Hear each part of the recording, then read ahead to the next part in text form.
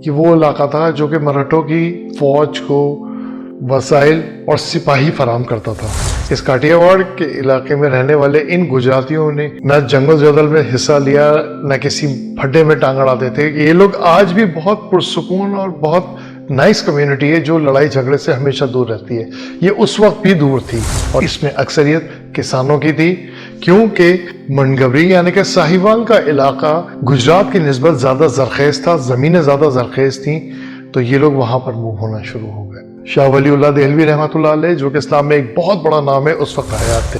मराठे जब पसपा होकर ये पीछे हटे तो इन्होंने गुजरात के अंदर जाके दोबारा अपने आप को मुनज़्ज़म करने की कोशिश की और इस वक्त गुजरात पठानों के हमलों से फिर प्रेशर में था।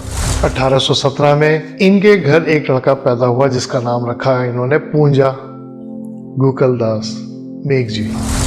मगर 50 साल गुजरने के बाद इस फैमिली के एक नौजवान किसान ने शिफ्ट होना बेहतर समझा काठियावाड़ की तरफ। इस पानीपत की तीसरी जंग को अब तक तकरीबन 50 साल गुजर चुके थे और ये राजपूत घराने जो कि गुजरात से मूव होकर इस मनगमरी शहर के अंदर आए थे, जो आज पाकिस्तान का मौजूदा साहिवाल का इलाका है, रच बस गए थे।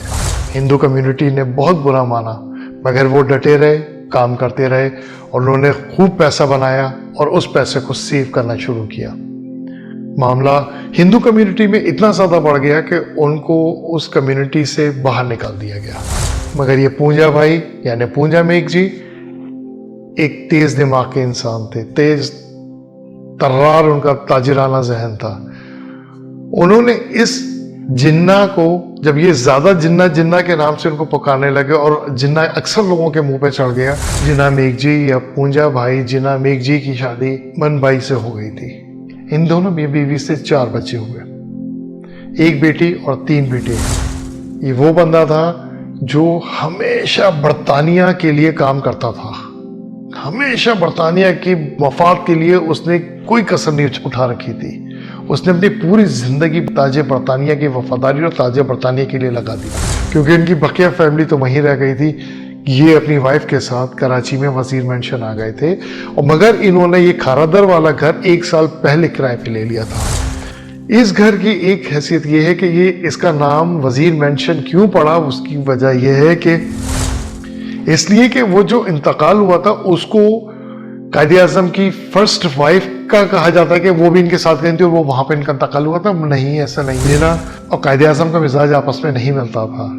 अहमद अली जिन्ना कम उम्री में ही तालीम हासिल करने यूरोप चले गए थे और वहां जाने के बाद ज्यूरिक में उनको एक लड़की पसंद आई, फैमिली के नाम का हिस्सा बन चुका था। इनका निकाह हुआ मिठी बाई से। मिठी बाई पनीली शहर से कुछ फासले पे, कुछ किलोमीटर दूर दाफा DHAFFA दाफा गांव में यहाँ रहती थी। ये भी शिया इस्माइली मुसलमान थी जिनकी फैमिली ईरान से माइग्रेट होकर यहाँ आए। शिया मुसलमान ईरान से ही आए थे जो यहाँ पर बस गए थे और उसी खानदानों में से एक कायदे आजम की वालदा के बारे में कोई इंफॉर्मेशन नहीं मिलती है क्योंकि वो बहुत कम उम्री में ही उनका इंतकाल हो गया था। ये तस्वीर जो मुझे मिली है ये मैंने आपको दिखाई, ये चारों बहनें और ये दोनों भाई मौजूद हैं। एक शख्सियत का और जिक्र करता चलूं जिनका नाम है परवेड़ भाई पोपट भाई। ये इस वक्त पनीली के उसी घर के अंदर रह रहे हैं जहाँ पे कायदे आजम के वालिद पैदा हुए थे।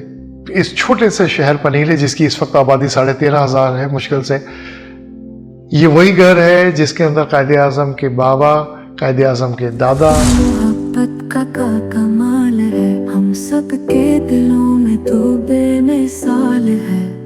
तेरा सफर था दुश्वार हज़िया, तेरे ख्वाबों की ताबीर पाकिस्तान है राहिया। कायद आज़म तो रहबर हमारा, तेरी राहों पे चलना है प्यारा।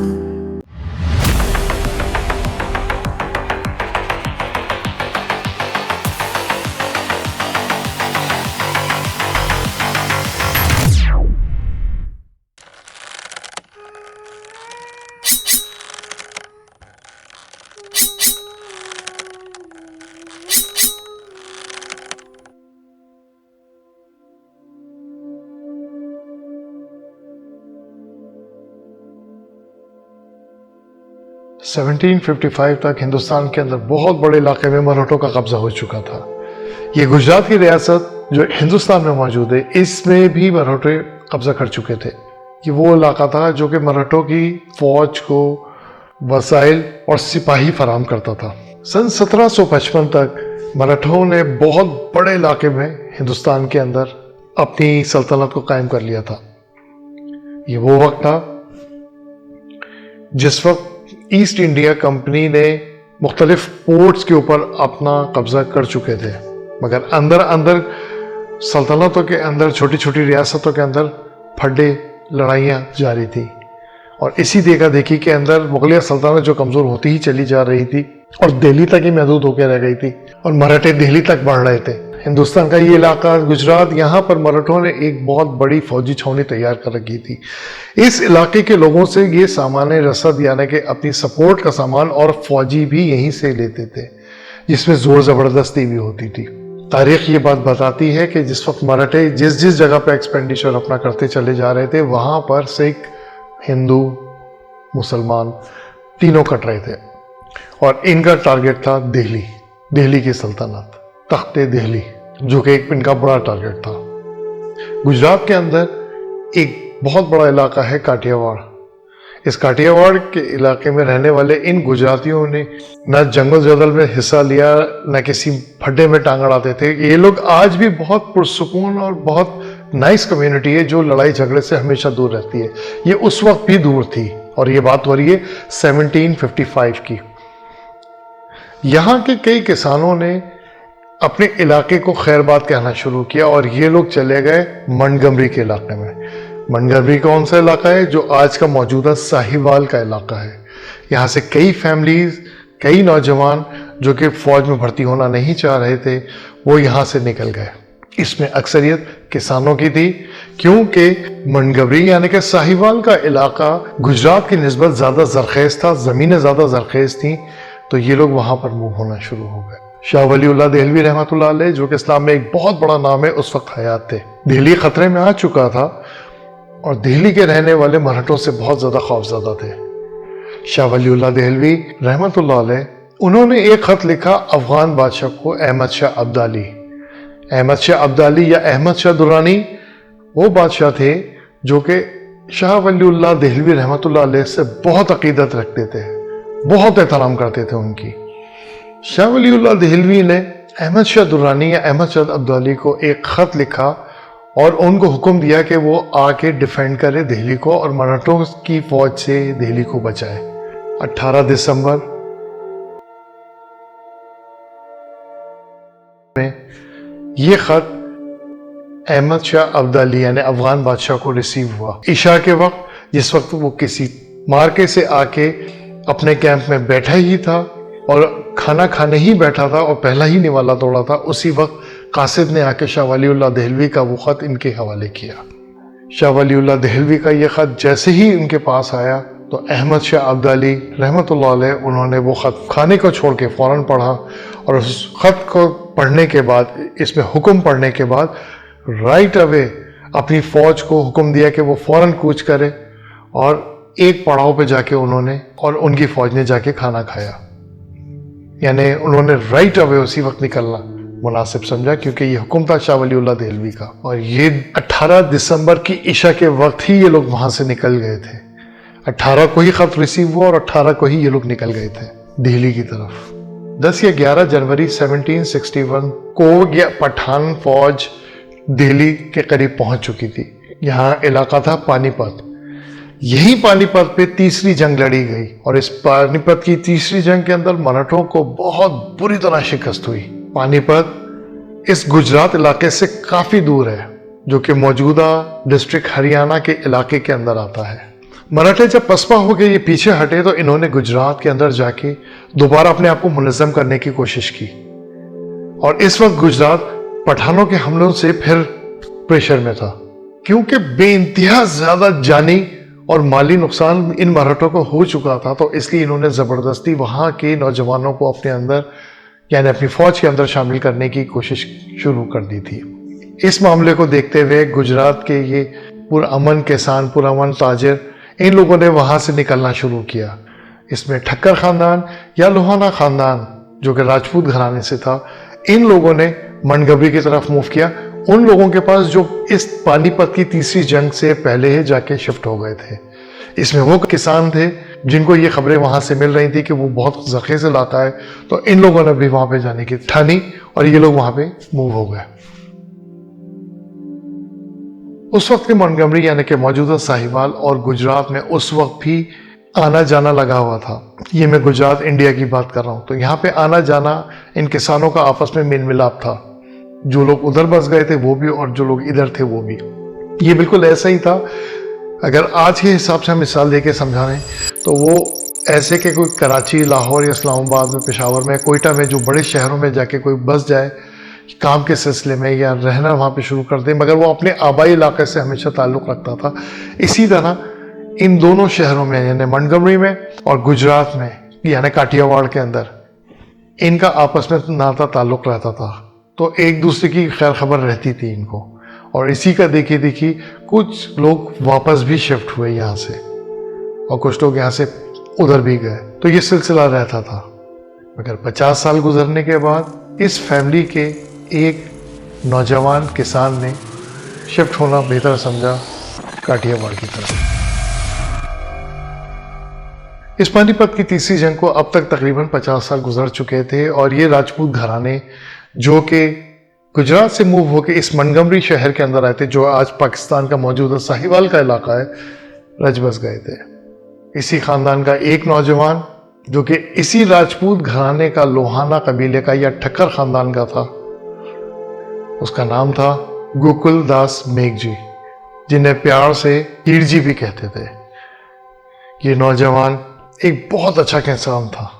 क्या हालात वाकयात बने नहीं मालूम, मगर ये पता है कि यही हीर जी, गोकुल दास मेघजी, ये गुजरात वापस काम के सिलसिले में गए और इस काठियावाड़ के इलाके, इसका एक छोटा सा गांव या छोटा सा शहर या छोटा सा टाउन पनीली के अंदर जाके बस गए। ये मेहनती भी थे, राजपूत भी थे और एक अच्छे खानदान से भी ताल्लुक़ रखते थे, और सबसे बढ़कर ये एक प्रैक्टिसिंग हिंदू थे। यहाँ पर इस छोटे से शहर में इनकी बहुत इज्जत होने लगी और हर कोई इनको जानने लगा।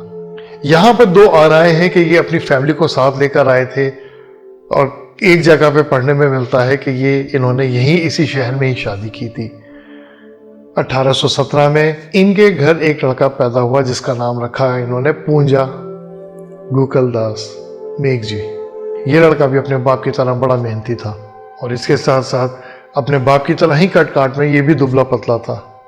और ये वो दौर था जिस वक्त हिंदुस्तान के अंदर बड़ी उथल पुथल मची हुई थी। 1817 के बाद हिंदुस्तान में वो मामलात हो रहे थे जिसमें अंग्रेज नए नए कानून मुतारफ करा रहे थे। क्रिश्चियन मिशनरीज, आगा खानी मिशनरीज और मुख्तलिफ चीज़ें वहाँ पे धड़ाधड़ चल रही थी। गद्दार हर जगह मौजूद थे। नवाबों की रियासतों के ऊपर ये गोरे हमले कर रहे थे, कानून बना बना के उनकी जायदादों पे कब्जे कर रहे थे। और उन्हीं दिनों में सबसे मशहूर किस्सा हुआ था झांसी की रानी के हवाले से।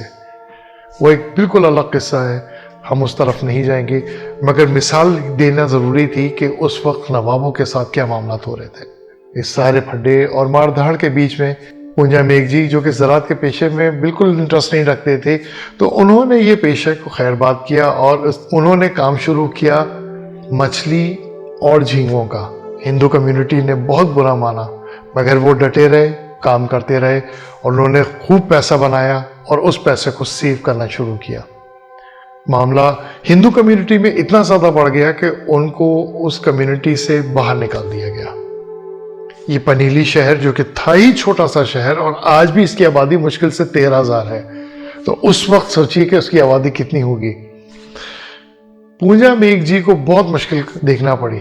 पैसा तो वो सेव कर चुके थे, उन्होंने सबको राजी करने के लिए वो कारोबार छोड़ दिया, मगर उनकी कम्युनिटी उनको वापस रखने पे तैयार नहीं थी। इन हालात को देखते हुए अब गुजारा तो करना था, तो उन्होंने खड्डी पर सूत बुनने का काम सीखना शुरू किया। खड्डी मशीनें उस वक्त की जदीद टेक्नोलॉजी होती थी, वो सीखते गए, मामला लेके चलते रहे, मगर कम्युनिटी ने उनको एक्सेप्ट नहीं किया। बड़ा दिल दुखा उनका। इन्हीं हालात में जो मिशनरीज इधर उधर काम कर रही थी, तो उन्होंने इस्माइली शिया मुसलमान होना पसंद किया और निज़ारी मिशनरी के साथ अटैच हो गए। जिस वक्त वो ज़राअत के पेशे से दिल बर्दाश्त होकर उससे अलग हो रहे थे, उस वक्त ही इनके घर में फाइनेंशियली प्रॉब्लम्स शुरू हो चुकी थी। तो फिर ये जाके मछली के कारोबार से मुंसलिक हुए थे। हुआ ये कि इस्माइली शिया मुसलमान तो ये हो चुके थे, कम्युनिटी इनको एक्सेप्ट नहीं कर रही थी। पैसे इनके पास सेफ था जो उन्होंने मछली से कमाया था, मछली और झींगों के कारोबार से कमाया था। तो उन्होंने किया ये कि काम सीखते सीखते उस पर बड़े माहिर हो गए थे ये, यानी खड्डी की मशीनों से जो कुछ उन्होंने सूत काटना या बुनना सीखा था। तो उन्होंने अपने उस सेविंग वाले पैसे से किया ये कि उन्होंने चंद एक मशीनें खरीद ली खड्डी से बनाने को। ये पनीली तो वैसे ही छोटा सा शहर था, इस छोटे से शहर में इनका अपना बिजनेस खड्डी का शुरू हो गया। कुदरत का करम यह हुआ कि अल्लाह रब्बुल इज़्ज़त ने पूंजा मेघजी का हाथ पकड़ा और इनका बिजनेस फैलता चला गया। पनीली से इनकी शोहरत फैलते फैलते पूरे काठियावाड़ में फैल गई। इनकी डिमांड अब इनके शहर के बाहर से भी आने लगी थी, जिसको उनको पूरा करने में मुश्किल हो रही थी।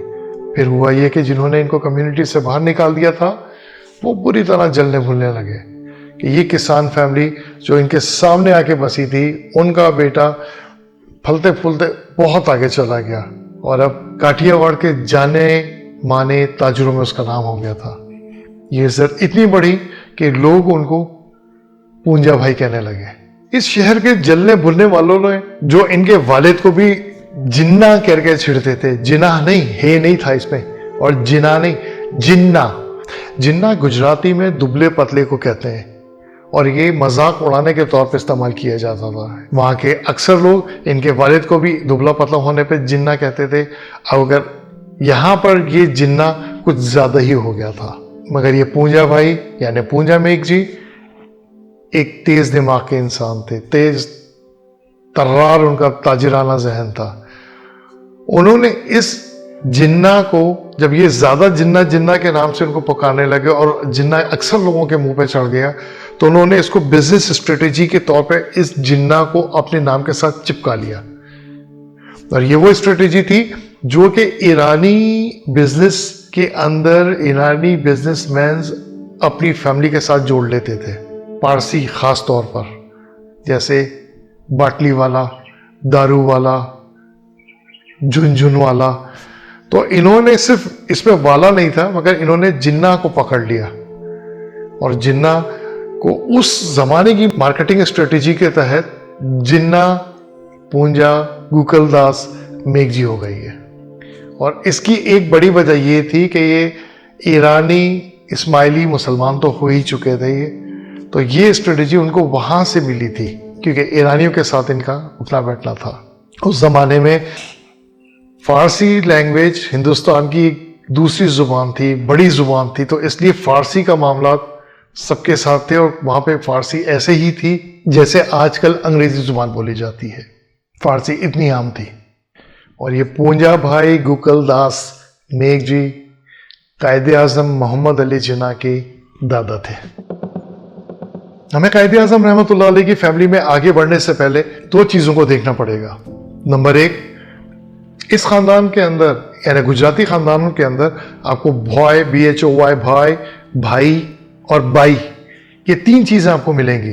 ये भॉय और भाई ब्रदर के तौर पे लगाते हैं, और ये जो बाई होती है इसका मतलब है लेडी, मोहतरमा।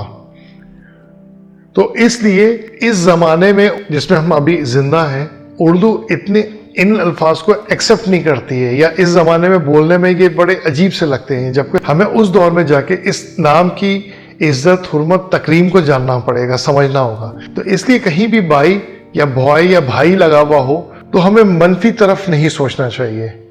ये इज्जत और तकरीम का मामला था। तो कायदे आजम के बहन भाइयों में भी ये बॉय और भाई और बाई लगा हुआ था। और दूसरी अहम बात यह है कि अंग्रेजी और गुजराती दो चश्मी है और है, जो हलवे वाली है होती है, इसके अंदर फर्क नहीं मानती या फर्क समझ नहीं पाती है। वो उसका अल्फाज उसका एच होता है। एक वो तारीखदान है जो अपनी किताब जो काफ़ी पहले लिखी गई थी बाबाए कौम, उसमें इस जिन्ना के हवाले से वो किस्सा बताते हैं कि ये गुजराती लफ्ज जिन्ना जिसका मतलब है दुबला पतला, ये मैं पहले भी बता चुका हूं। तो जिन्ना पूंजा यानी कायदे आजम के वालिद रोमन तर्ज में जिस वक्त ये जिन्ना लिखते थे तो वो पढ़ने में जिना आता था या वो जिनाह बन जाता था, मगर इन लोगों ने उसको अडॉप्ट नहीं किया। और कुदरत का करना ऐसा हुआ कि लोग जो जिना पूंजा और इनके वालिद और उनके दादा जिन्हें अजराए मजाक जिन्ना कहते थे, इनका ये लक़ब इनके नाम का हिस्सा कुदरत ने बना दिया। वो कैसे हुआ वो किस्सा भी बड़ा मज़े का है और वो यही हाशमी साहब लिखते हैं, हमीदुल्लाह शाह हाशमी। वो अपनी किताब में लिखते हैं कि कायदे आज़म मोहम्मद अली जिन्ना 1916 में लखनऊ तशरीफ़ लेके गए। वो उस वक्त मुस्लिम लीग के सदर थे। उन्होंने एक तकरीब में सदारत करनी थी। जालिब मरहूम एडिटर हमदर्द लखनऊ थे, उन्होंने इनका नाम एच बढ़ाकर जिनाह कर दिया था। उन्हें कायदे आज़म ने उनसे पूछा कि भाई ये एच क्यों लगाया गया है, तो उन्होंने इस पे बताया, या जालिब ने कायदे आज़म से बताया कि इससे आपके नाम के मायने बदल जाते हैं और अरबी में ये बनता है क़ुव्वत बाजू। तो कायदे आज़म ने इसके मायने देखते हुए अपनी नाम में एच का इजाफा कर लिया, क्योंकि वो जिन्ना की हैसियत को जानते थे कि जिन्ना कहाँ से आया है। तो उन्होंने एच इसमें इजाफा करने में कोई यार नहीं समझी, तो उसके बाद ये जिनाह हो गया।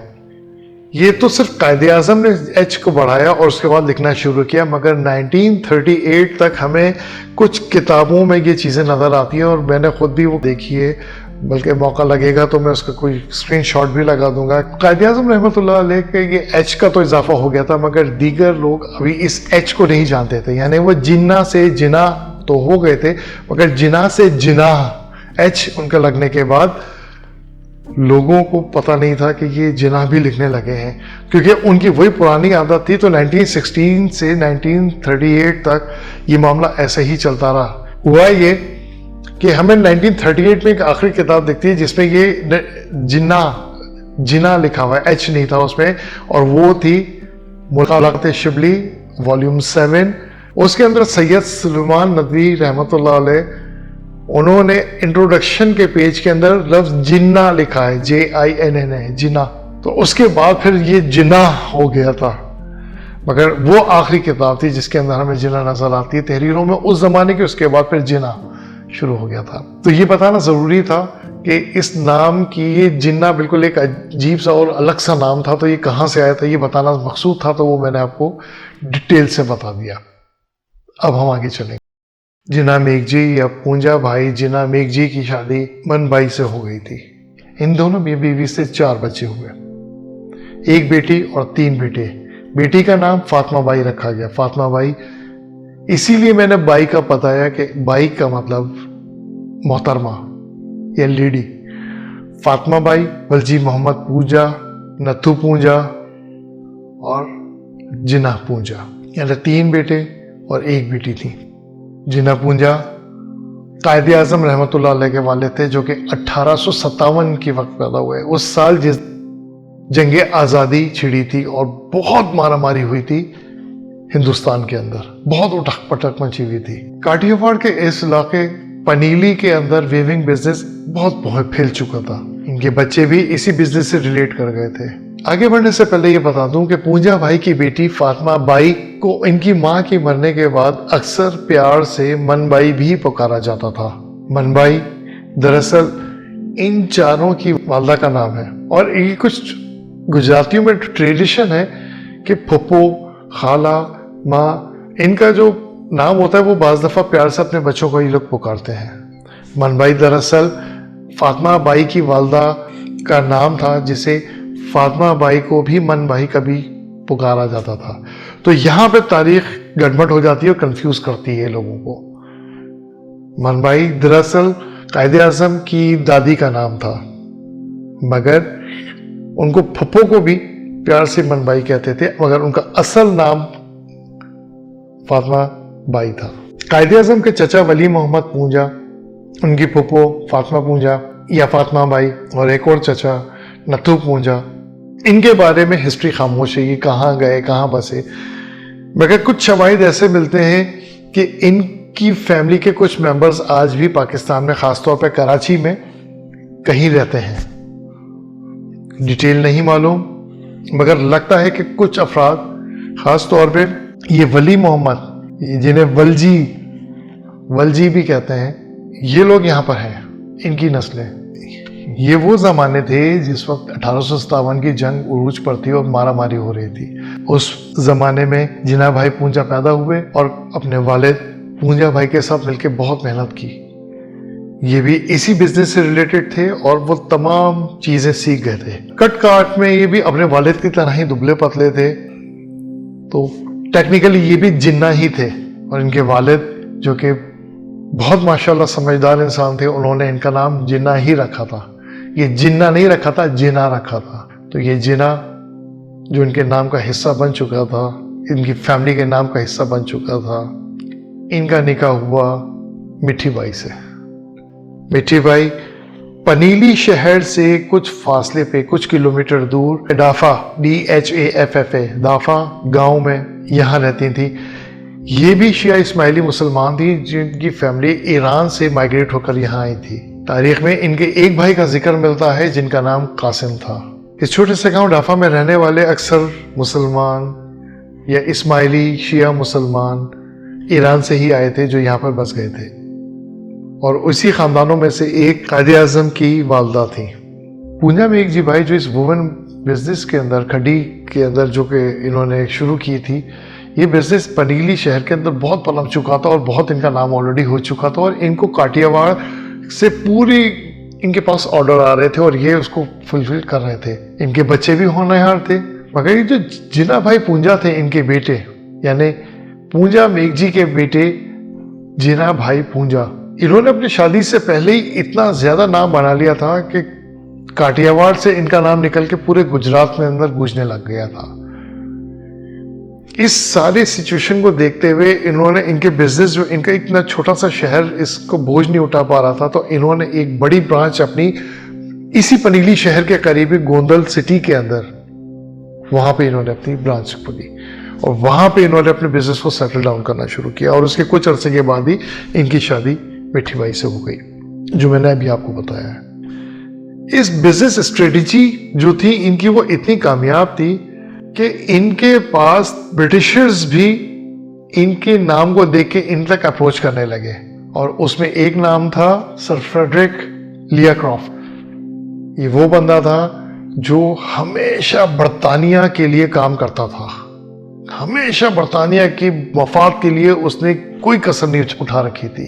उसने अपनी पूरी जिंदगी ताजे बरतानिया की वफादारी और ताजे बरतानिया के लिए लगा दी थी। इस बंदे ने इनके साथ रब्ता किया, यानी जिना भाई पूंजा के साथ, कायदे आजम के वालिद के साथ, और इनके साथ इनकी खत किताबत हुई। और जिना भाई पूंजा अपनी शादी से पहले ही कराची गए इससे मिलने। मेरा अपना कयास है कि वो एक नहीं 2 दफा गए कराची, पनीली से या गोंदल शहर से। ये मेरा अपना गुमान है। मुमकिन है 1 दफा गए, मगर इन दोनों का आपस में रब्ता था, क्योंकि वो चाहता था कि जिना भाई पूंजा अपनी बिजनेस को उसके साथ एडजस्ट करें और वो बेहतरीन किस्म का कपड़ा बरतानिया उसकी शिपिंग इंडस्ट्री के थ्रू पहुंचे। ये एक नया कैरेक्टर था जिसको तारीख में डिस्कस नहीं किया जाता। मैं इस कैरेक्टर को अब खोलता हूं, और अगर आप जो भी तारीख से दिलचस्पी रखते हैं वो इस कैरेक्टर में घुस के इस कैरेक्टर के ऊपर रिसर्च कर सकते हैं। आप चाहें तो किताबें उठा लें, पुरानी आर्काइव में जाके देख लें, आप चाहें चैट GPT से मदद ले लें, आप चाहे गूगल से मदद ले लें, आपको इस बंदे के बारे में मिलेगा। ये मैं आपको चैलेंज करके कहता हूँ, मगर हमारे तारीखदान उस पर खामोश रहते हैं, नहीं बात करते। सर फ्रेडरिक लियाक्रॉफ्ट ये उन गिनती के बड़े नामवर लोगों में से था जिसने हिंदुस्तान के अंदर रेलवे लाइन, ट्रांसपोर्टेशन का निज़ाम और इसका इंफ्रास्ट्रक्चर को इस तरह तेजी से बनाया और इतने तरीके से बनाया, क्योंकि ये खुद भी एक इंजीनियर था, ब्रिटिश इंजीनियर था ये। उसने इस इंडिया की यानी कि उस वक्त के हिंदुस्तान का ऐसा रेलवे का निज़ाम बनाया जिसकी वजह से यहाँ के वसाइल जो जो ये लोग कब्जा करते जा रहे थे वो रेल के ज़रिए जल्दी शिपपोर्ट तक आए। उस वक्त जहाज़ तो होते नहीं थे, तो शिप के ज़रिए वो यहाँ की लूटी हुई चीज़ें या यहाँ की जो बड़े अहम चीज़ें थी वो शिप के ज़रिए ताजे बरतानिया को भेजी जाती थी, यानी बरतानिया वो शिपिंग के ज़रिए जाता था। और इसकी इन्हीं खिदमात की वजह से ताजे बरतानिया ने इसको सर का खिताब दिया। याद रहे, जिनको सर का खिताब मिलता है वो चाहे वो आज के ज़माने में हो या आज से पहले हो या आने वाले वक्तों में हो, जिनको सर का खिताब मिलता है वो दरअसल समझदार है। ये इस्लाम के चाहे कितने भी पर्दों में छुप जाएं, मगर उनके साथ एक चीज़ जुड़ जाए जिसको ये बड़ा फ़ख्र से बोलते हैं। फिर कभी इस मौजू पे बहुत डिटेल में बात करेंगे। तो ये सर इसको ताजे बरतानिया ने खिताब दे दिया था और इसको नाइटहुड अता किया था। नाइट्स, ये हमारे बाय द वे नाइट्स बहुत सारे पॉलिटिशियंस माजी में रहे हैं और शर्म आती है मुझे बाज़ दफ़ा। एक फ्रीमेसन ताजिर था ग्राहम, उसने एक शिपिंग इंडस्ट्री की बुनियाद 19वीं सदी में डाली थी। ये शिपिंग सिर्फ हिंदुस्तान और बरतानिया के बीच में ही चलती थी, वो कहीं और दूसरी जगह पर पोर्ट टच नहीं करती थी। यानी एक तरीके से देखा जाए तो वो यहाँ का लूटा हुआ सामान बाहिफाजत वहाँ पे पहुँचाती थी और वहाँ से अंग्रेज़ों के लिए जो चीज़ें लेकर आनी होती थी, जो वहाँ से भिजवाई जाती थी, वो यहाँ लेकर आती थी। चाहे वो असलाहा हो, शराबें हों या जो भी चीज़ें हों या उनका खाने पीने का हो, कुछ भी हो। तो ये शिपिंग इंडस्ट्री, इसका नाम था Graham shipping and trading company और सर फ्रेडरिक क्रॉफ्ट इस शिपिंग कंपनी के कराची बेस के जनरल मैनेजर थे। वैसे तो सर फ्रेडरिक को शिपिंग से हटकर रेलवे की लाइनें बिछाने में और मुल्क के अंदर जो ज़मीनी रास्ते थे उनके इंफ्रास्ट्रक्चर को मजबूत करने के हवाले से पहचाना जाता है। मगर अगर आप इसको गौर से देखेंगे तो इस शिपिंग कंपनी के साथ इनका ताल्लुक कॉलोनियल कॉमर्स और इंफ्रास्ट्रक्चर पर एक ब्रॉड इम्पैक्ट डालता है। और इस तरह सर फ्रेडरिक जैसे कई और लोग जो कि मुख्तलिफ बड़ी बड़ी पोर्ट्स पे बैठे हुए थे, वो लोग हिंदुस्तान के उन नामी ग्रामी ताजरों को अप्रोच करते थे और उनसे बिजनेस के हवाले से एक टाई करते थे। बहुत सारे लोकल ताजिर जो उनकी इस चालाकी को नहीं समझते थे, जिनमें जिन्ना भाई पूंजा भी थे, उन्होंने भी इनके साथ एक बिजनेस टाई की। उन्होंने अपनी तो तौर पे उन्होंने एक बिजनेस के मामला किए और ये पहले भी होता था, आज भी होता है और आइंदा भी होता रहेगा। अब आज अगर हम इस मामले को गौर से देखें तो हम ये कह सकते हैं कि engage with one another through the business, social events and trade। ये पहले भी होता था और आज भी होता है। अगर आप गौर करें तो आज भी इसी तरह एम्बेसीज या कॉन्सुलेट बड़े बड़े ताजिरों को, जो नामी ग्रामी ताजिर होते हैं, उनके साथ मामलात करते हैं और उनके बिजनेस दिन दुगनी रात चुगनी तरक्की करते हैं। ये उस वक्त भी था मगर एक दूसरे अंदाज से था।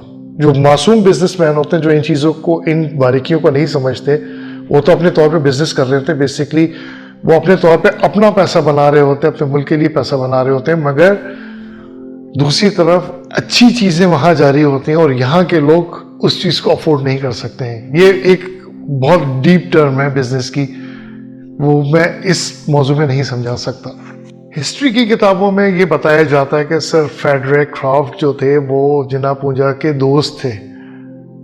मगर मुझे ये लगता ये है कि जिस साल इनकी शादी हुई थी या उससे एक साल पहले ये कराची आए, क्योंकि ये बिजनेस तो वहाँ से बैठ के कर रहे थे कराची में, कराची इनका माल आ रहा था।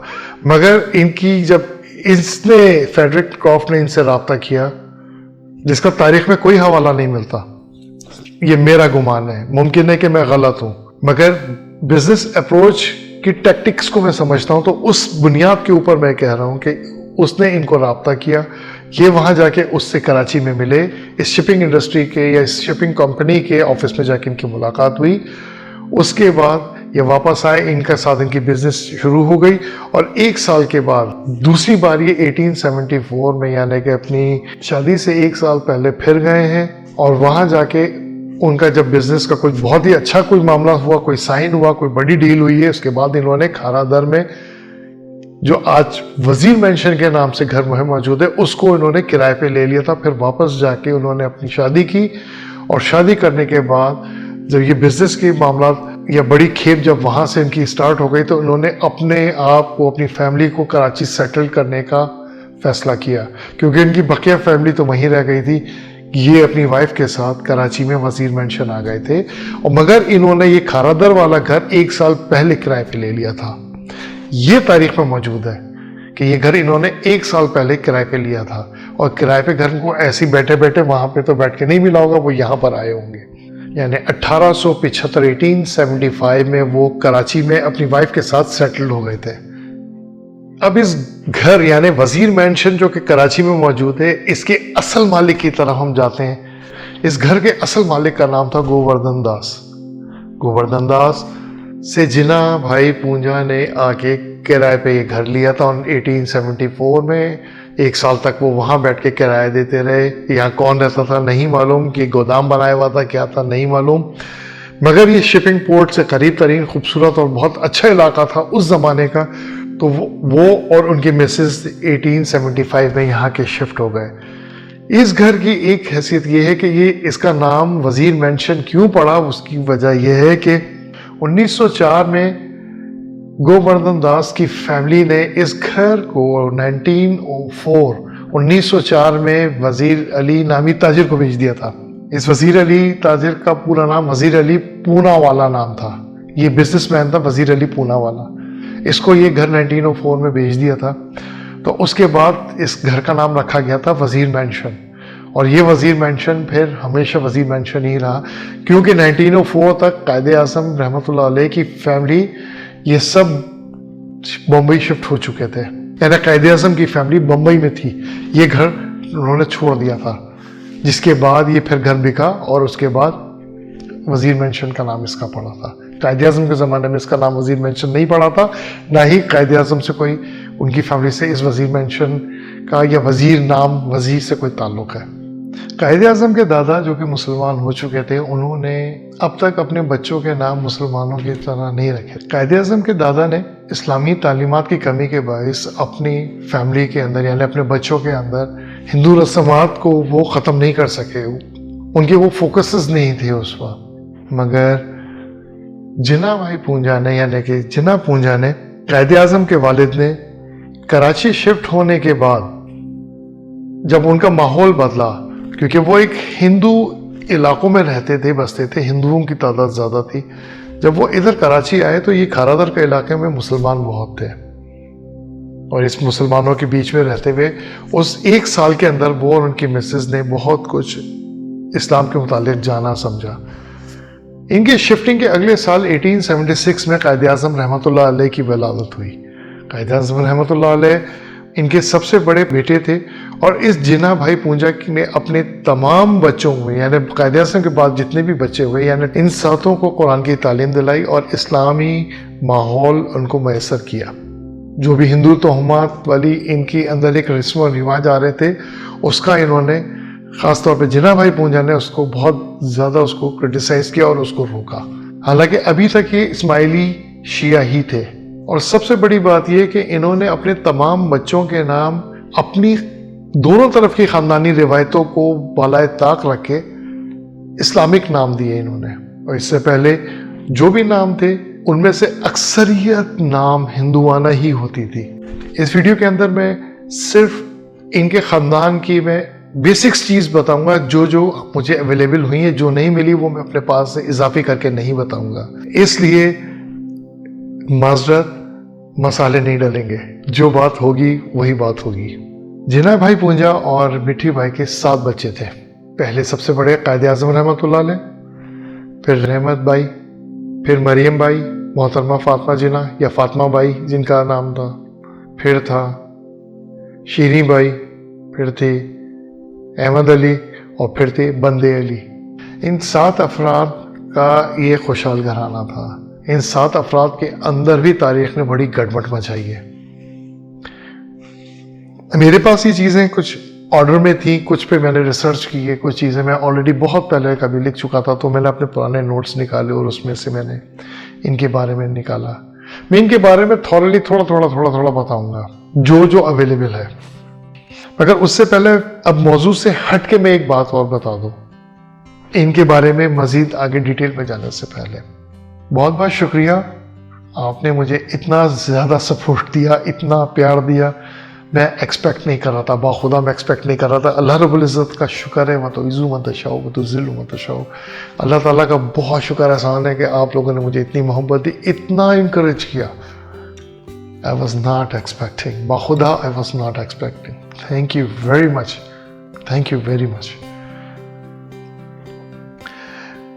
इरादा तो मेरा था मोहतरमा फातिमा जिन्ना रहमतुल्लाह अलैह के ऊपर अगली वीडियो लाने का, 1946 टिल उनकी शहादत के बीच का। मगर मैंने उसमें जब देखा कि लोग इतने ज़्यादा सैड हो गए उस वीडियो को देख के, तो मेरा भी दिल दुखा के मैंने कहा कि यार थोड़ा चेंज करते हैं, अब ज़रा वो चीज़ें लेकर आते हैं जिसमें हमारे लोग और खुश हों, ना कि ये सैड चीज़ देख के और ज़्यादा परेशान हो। तो कायदे आज़म की फैमिली को मैंने इसीलिए ना, जो मैंने सोचा था बाद में लेकर आऊँगा, मैं पहले लेकर आ गया।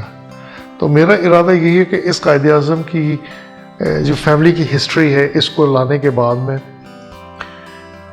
कायदे आज़म के ऊपर वो चीज़ें जो हिस्ट्री में नहीं मिलती या कुछ मिलती हैं टच डाउन करती भी निकल गई हैं, तो उनको मैं हाईलाइट कर दूं, वो जगह भी दिखा दूं कि कायदे आज़म का कहाँ पे वास्ता रहा है, कहाँ गए हैं, तो लोगों को एक नई चीज़ मिलेगी, नई चीज़ सीख मिलेगी। इंटरेस्टेड हैं तो बताइएगा, बिल्कुल इसी तरह जैसे इस वीडियो के लिए आपने डिमांड की थी। तो उसके बाद फिर मोहतरमा फातिमा जिन्ना को हम लेकर आएंगे, ताकि एक बेस आपकी थोड़ी और मजबूत हो जाए, तो फिर हम अगली हिस्ट्री के ऊपर बात कर लेंगे। थैंक यू वेरी मच, अल्लाह आपको बहुत जज़ाए खैर दे, आपने बहुत बहुत सपोर्ट किया। और एक कमेंट जिसमें म्यूज़िक के हवाले से मुझे कहा गया है कि म्यूज़िक हराम, मैं जानता हूँ म्यूज़िक हराम है, मगर सूरत हाल ये ऐसी है कि कुछ जगहों पे मैं उसको साइलेंट नहीं कर सकता। कुछ चीज़ों में ह्यूमन नेचर, ह्यूमन साइकोलॉजी ऐसी है कि उसमें ये चीज़ें अफेक्ट करती हैं, और मैं जानता हूँ कि कहाँ से टच डाउन करते हुए जाना है, मैं वही कोशिश कर रहा हूँ। उम्मीद है कि इसको आप नेगेटिव नहीं लीजिए। मेरी जो मैं बचा के इस मामले को लेके चल सकता हूँ वो मैं कोशिश कर रहा हूँ। मुझे अपना दीन भी उतना ही अजीज़ है जितना मुझे अपना काम अजीज़ है, मगर प्राइमरी प्रायोरिटी मेरा दीन ही है। मैं जानता हूँ, इन चीज़ों को समझता हूँ। तो थैंक यू वेरी मच, अपना अच्छी सजेशन दी।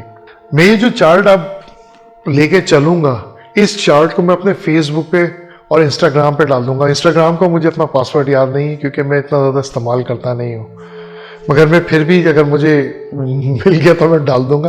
तो ये पूरा चार्ट आपको मिल जाएगा, जो जिसके ऊपर अब बेस होके हम अपनी पूरी की पूरी वीडियो को लेके चलेंगे।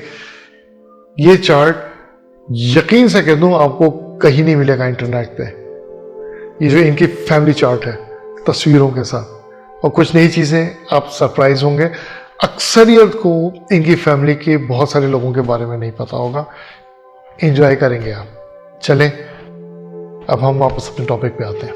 कायदे आज़म रहमतुल्लाह अलैह 1876 में पैदा हुए, यहीं पले बढ़े, और इसी सर फ्रेडरिक क्रॉफ्ट ने इनके वालिद को ऑफर की कि मोहम्मद अली इंग्लैंड जाए और जाके इसी कंपनी के काम को सीखे।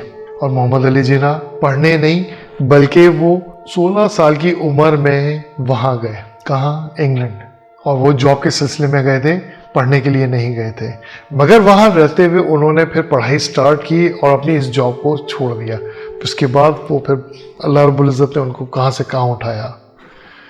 मगर ये बात गलत कही जाती है कि वो वहाँ पे पढ़ने गए थे। वो वहाँ पढ़ने नहीं गए थे, बल्कि वो अप्रेंटिसशिप के लिए इसी शिपिंग इंडस्ट्री के अंदर काम करने के लिए गए थे। Graham shipping and trading company apprenticeship करने गए थे। ये तो थी पहली बात, जो कि बुरी बात नहीं है। और इम्पॉर्टेंट बात यह कि वो उन्होंने अपनी तालीम को मद्देनज़र रखते हुए कुछ अरसे यहाँ से पैसे बनाए, उसके बाद वो फौरन पढ़ाई में घुस गए थे। ये डिटेल में इनके ऊपर जो वीडियो बनाऊंगा वो वहां पर दूंगा कि ये किस तरह हुआ था मामला। मगर कराची में इनके रवाना होने से पहले इनकी वालदा ने इनकी दूर की कज़न जो कि कायदे आजम की कज़न थी और वो वहीं गुजरात में रहती थी, जो आजकल हिंदुस्तान है यानी काठियावाड़ के इलाके में, वहाँ पे रहती थी। उन्होंने वहाँ पे एमी बाई, इनसे इनका निकाह करा दिया। 1894 में इनका ये निकाह हुआ। एमी बाई इनसे 2 साल छोटी थी, यानी कायदे आजम उस वक्त 1894 में 16 साल के थे और एमी बाई उस वक्त 14 साल की थी। यहाँ पर इनके निकाह और शादी की बात 1894 में की जाती है, जबकि मुझे गुमान है कि ये एंड ऑफ द 1893 के अंदर इनकी शादी हुई थी, क्योंकि 1894 में ये शुरू में ही इंग्लैंड के लिए निकल गए थे और 1894 में ही एमी बाई की इनके जाने के चंद हफ्तों के बाद डेथ हो गई थी। उसके बाद कायदे आजम रहमतुल्लाह अलैह की दूसरी शादी 1918 में रत्ती जिना से हुई थी, या रत्ती बाई से हुई थी, जिनका इस्लामिक नाम मरियम रखा गया था, जो कि पहले पारसी थी। इनसे इनकी बेटी दीना जिना 1919 में पैदा हुई थी और उनका इंतकाल 2017 में हो गया था। और दीना के 2 बच्चे थे, क्योंकि दीना ने पारसियों में शादी की थी, कायदे आजम उसको पसंद नहीं करते थे, इसलिए अलग हो गए थे, तो उनके 2 बच्चे थे। एक का नाम नुस्ली वाडिया और दूसरी डियाना वाडिया। कायदे आजम की जो दूसरी बहन थी उनका नाम था रहमत बाई। रहमत बाई के बारे में हमें बहुत कुछ नहीं मिलता है, सिर्फ इतना पता चलता है कुछ हवालों से कि रहमत बाई की शादी कलकत्ता में हुई थी और ये वहीं पर ही सेटल हो गई थी। इनकी शादी के बारे में मुतज़ाद साल सामने आते हैं, 1897 या 1900, ये 2 साल सामने आते हैं। जो मजबूत गुमान मुझे लगता है वो 1900 है। तीसरी बहन मरियम, इनकी भी डेट ऑफ बर्थ और डेट ऑफ डेथ नहीं मालूम, कयास आ रही हैं, ही हो सकती हैं, मगर कुछ सामने नहीं है। इनकी भी शादी 1901 में कही जाती है, मगर मुझे लगता है कि इनकी शादी 1900 में ही हुई थी। और ये 2 बहनों की यानी रहमत और मरियम, इन दोनों की शादी एक साथ ही हुई थी, क्योंकि उस वक्त एक मामला ऐसा हुआ था जिसके बाद कायदे आज़म मोहम्मद अली जिन्ना और ये लोग के तमाम इस्माइली शियत से असना अशरी में कन्वर्ट हो गए थे इस शादी के मौके पे, जो मुझे बहुत मजबूत दलील मिलती है।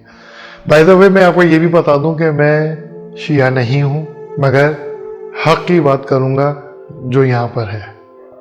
कायदे आज़म रहमतुल्लाह अलैह और इनकी फैमिली असना अशरी शिया थे और ये कन्वर्ट हो गए थे 1900 में, सिर्फ इसलिए क्योंकि इनकी बहनों की शादी के मामला जब हो रहे थे तो इस्माइली शिया अपने सेक्ट से बाहर शादी करने को प्रॉब्लम करते हैं, मसला खड़ा करते हैं।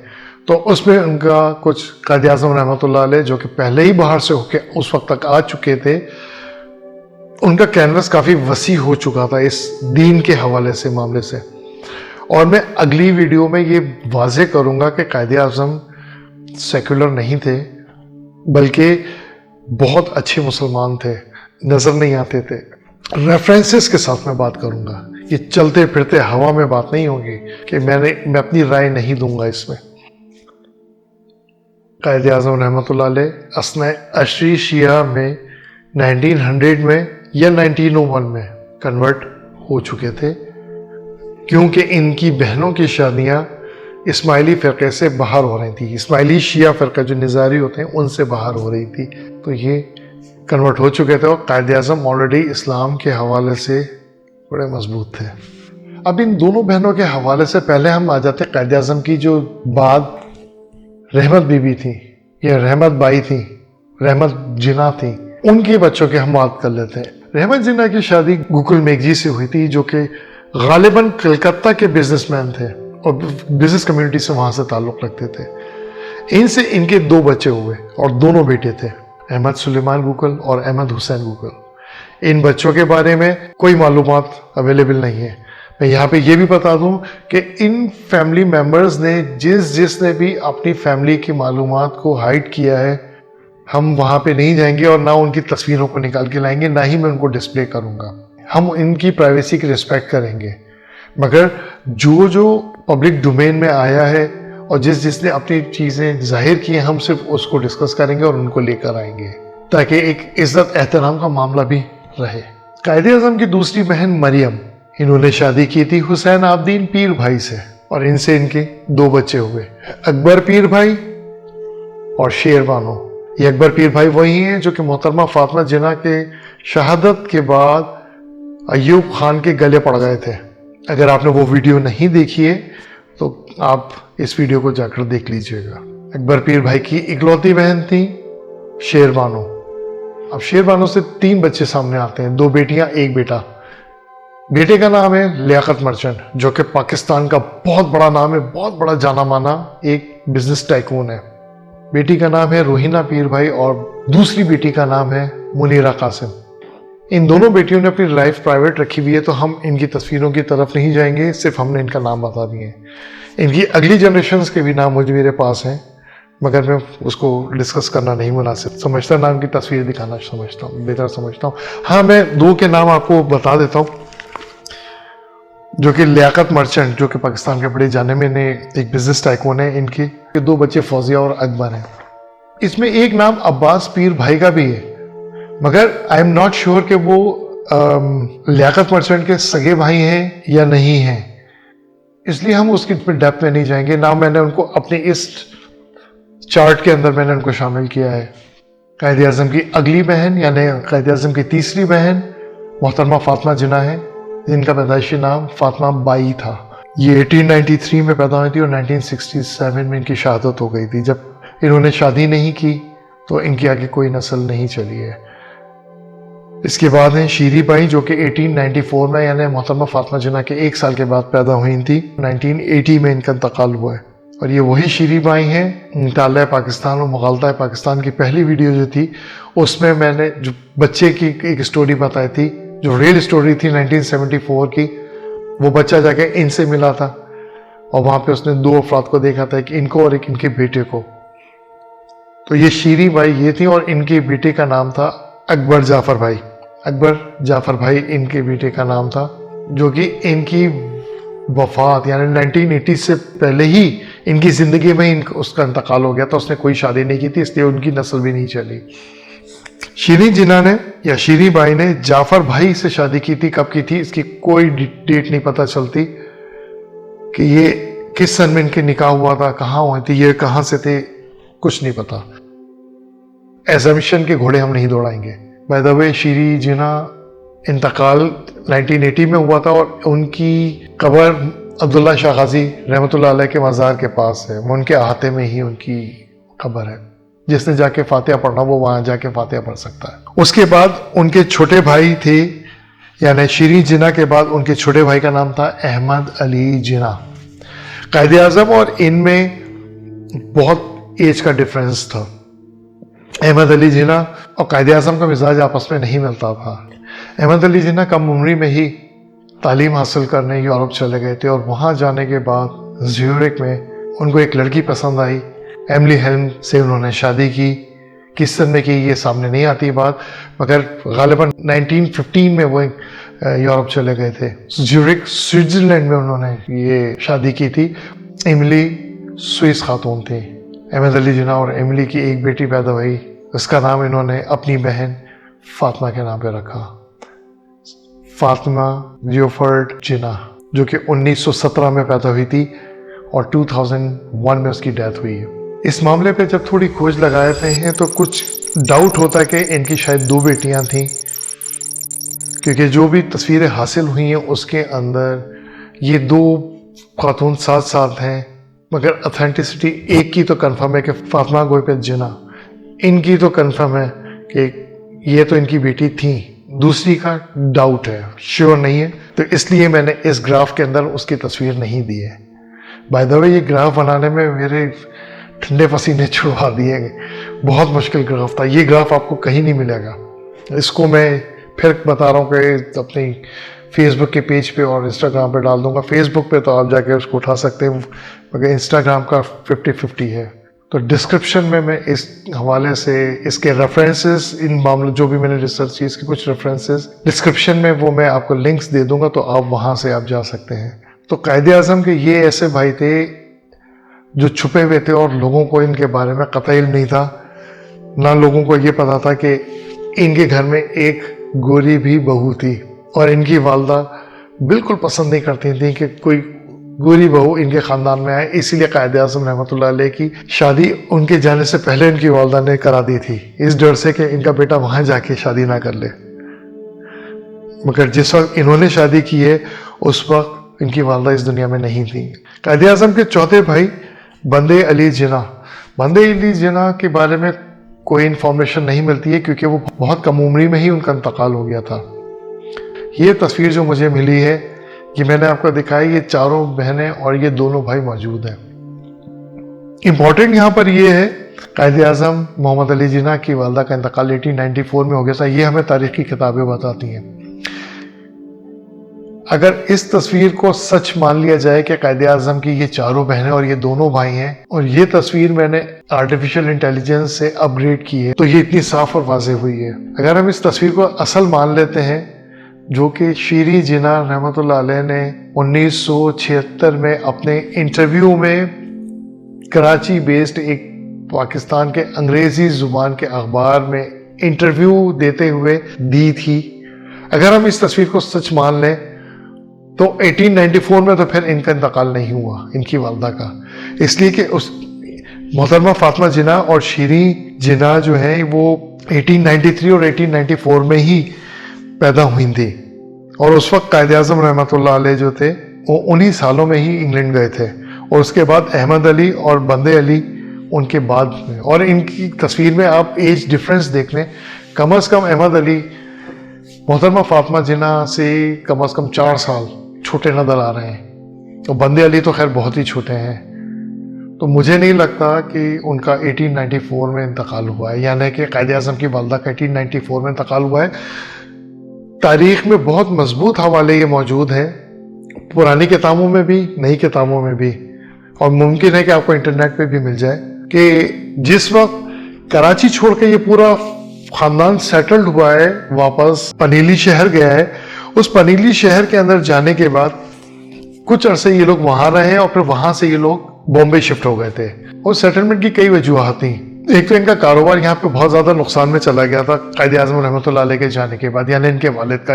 इनकी बेगम का इंतकाल तो कराची में हो चुका था, यानी पहली बेगम का इंतकाल कायद आज़म की वो कराची में हो चुका था।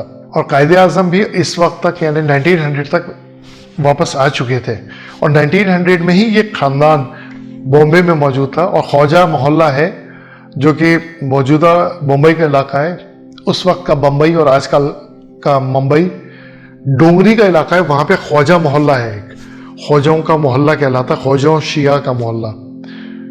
तो ये लोग वहां पे शिफ्ट हो गए थे पनीली छोड़ के।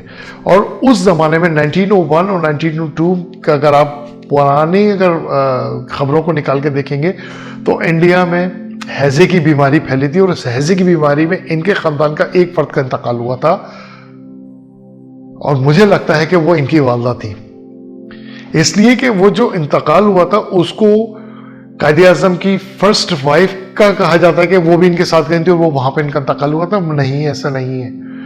कायद आज़म के इंग्लैंड जाने के चंद महीने के बाद ही, यानी शायद 2 या 3 महीने के अंदर ही अंदर उनकी डेथ हो गई थी। क्या वजूहत थी, तारीख खामोश है, मगर उनकी डेथ हुई थी किसी बीमारी से।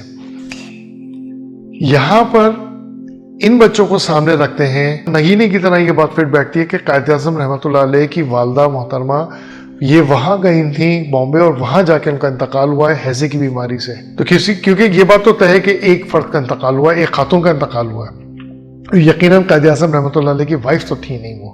बिल्कुल इसी तरह अगली कंफ्यूजन है, ये पूरा चार्ट आप क्योंकि सामने रख दिया, तो आप चाहें तो इसको डाउनलोड करके सामने रख के भी मेरी वीडियो देख सकते हैं, प्रिंट आउट निकाल के देख सकते हैं, तो आप क्लियर होगा कि मैं क्या कह रहा हूँ। क्योंकि डॉक्यूमेंट साथ में होते हैं या सामने होते हैं ना, तो बंदा फिर उस चीज को फोकस आराम से कर लेता है। इसी तरह रहमत भाई और फातिमा जिन्ना को भी कंफ्यूज किया जाता है, आपस में गड़बड़ किया जाता है तारीख में। तारीख में कई जगह पे आपको कई मौरिखीन को की तरफ से आपको लिखा हुआ मिलेगा कि फातिमा जिन्ना का असल नाम रहमत बाई था, जबकि ये गलत है। फातिमा जिन्ना का नाम फातिमा बाई था। रहमत बाई फातिमा जिन्ना से कई साल बड़ी थी। कितनी बड़ी थी नो आइडिया, मगर काफी बड़ी थी। इसलिए ये कहना बिल्कुल गलत है कि इनका नाम रहमत बाई था, यानी फातिमा जिन्ना का नाम रहमत बाई था। वीडियो के अख्तिताम पर मैं जाते जाते एक शख्सियत का और जिक्र करता चलूं, जिनका नाम है परवेड़ भाई पोपट भाई। ये इस वक्त पनीली के उसी घर के अंदर रह रहे हैं जहाँ पे कायद आज़म के वालिद पैदा हुए थे।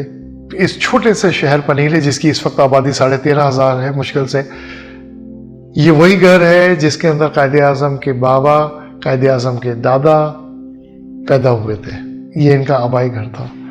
और कायद आज़म रहमतुल्लाह अलैह का ये आबाई घर, जहाँ पे इस वक्त परवेड़ भाई रह रहे हैं, बहुत मुश्किल का शिकार है। क्योंकि हुआ ये था कि बीजेपी के जब लाल कृष्ण अडवाणी 2005 में पाकिस्तान आए थे तो कायद आज़म के मज़ार पे आए थे वो कराची, और फिर वहाँ पे आने के बाद उन्होंने याददाश्तों की किताब में ये लिख दिया था, ऐसे कई लोग हैं जिन्होंने तारीख में अनट छाप छोड़ी है, मगर ऐसे चंद लोग हैं जिन्होंने तारीख बनाई है।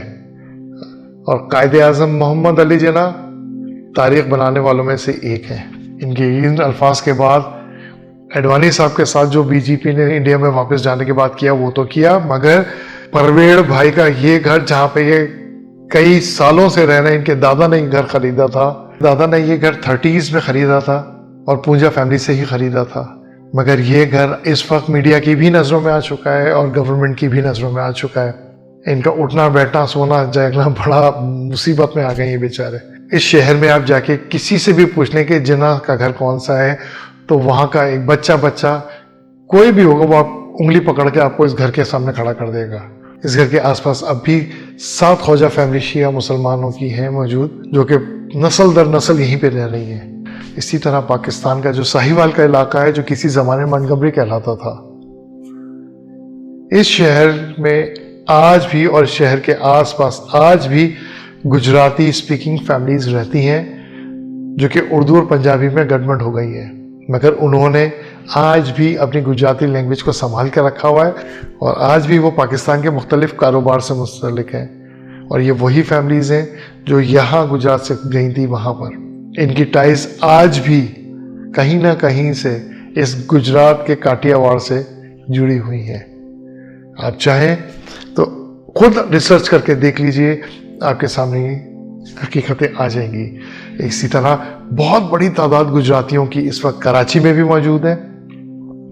इसमें ख्वाजा भी हैं, असना ऐशरी भी हैं, इस्माइली भी हैं। याद रहे कि कायद आज़म मोहम्मद अली जिन्ना के वालिद जिन्ना पूंजा और इनकी वालदा मिठी बाई ये फ़ारसी स्पीकिंग थे, और इन्होंने खारा दर को चूज़ भी इसलिए भी किया था क्योंकि बलोच उस वक्त के भी आज के भी बलोच और मकरानी बहुत फ्लुएंटली फ़ारसी बोलते हैं, और फ़ारसी इनको भी आती थी, तो इसलिए बहुत ज़्यादा इनका एक टाई हो गया था, एक मजबूत बंधन बन गया था।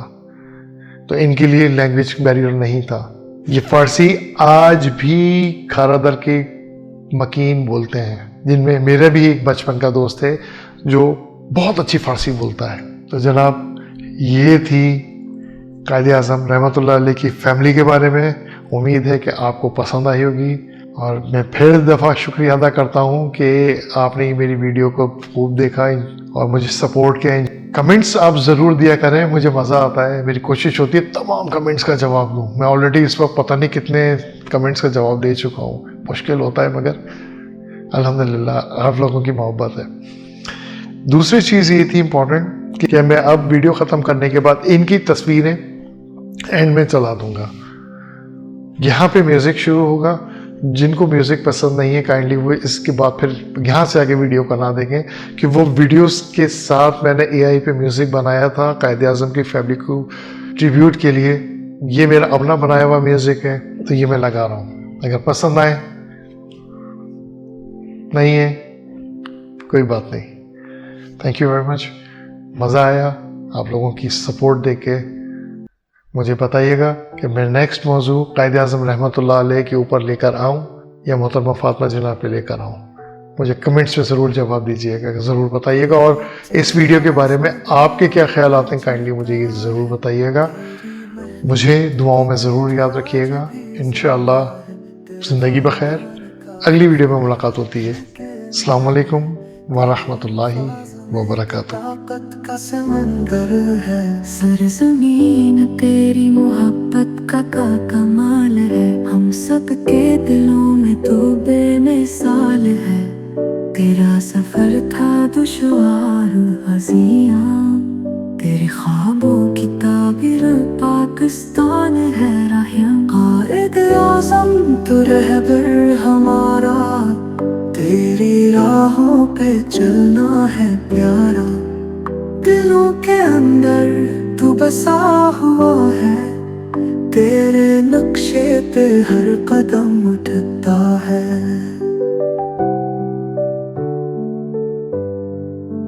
तुझसे मिली हमें रोशनी की किरण, तू है हमारा, तू है हमारा नमन। तेरी कहानी बचपन से सुनते हैं, तू है वो चिराग जिसने सबको रोशन किया। तेरी बेरून से हमने सीखा, तेरी कुर्बानियों ने दिलों को बांधा। पाकिस्तान तेरी मेहनत का सिला है, हम सब के लिए तू ही रहनुमा है। कायद-ए-आज़म तू रहबर हमारा, तेरी राहों पे चलना है प्यारा। दिलों के अंदर तू बसा हुआ है, तेरे नक्शे पे हर कदम उठता है।